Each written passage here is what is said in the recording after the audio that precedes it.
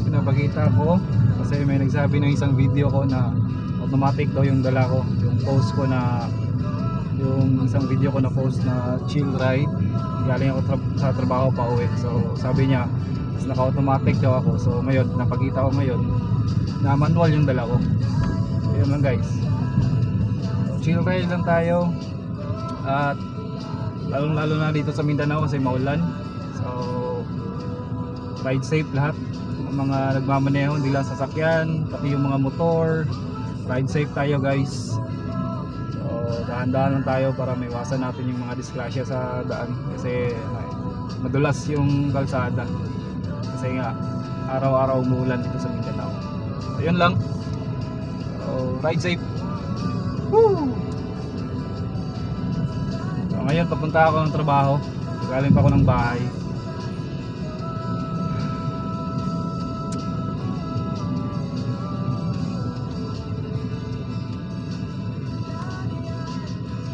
Subscribe nyo yung channel ko guys, kasi gagawa tayo ng mga videos patungkol sa sasakyan natin kay Mirage, kasi sinikita ko ngayon ang daming bumibili ng Mirage, and magbibigay din ako ng review kasi bago lang to sasakyan ko, 6 months pa lang sa akin. So bibigay din ako ng review, ano yung mga napapansin ko, ano yung mga nagustuhan ko kay Mirage, at ano rin yung mga hindi ko nagustuhan. So yun lang.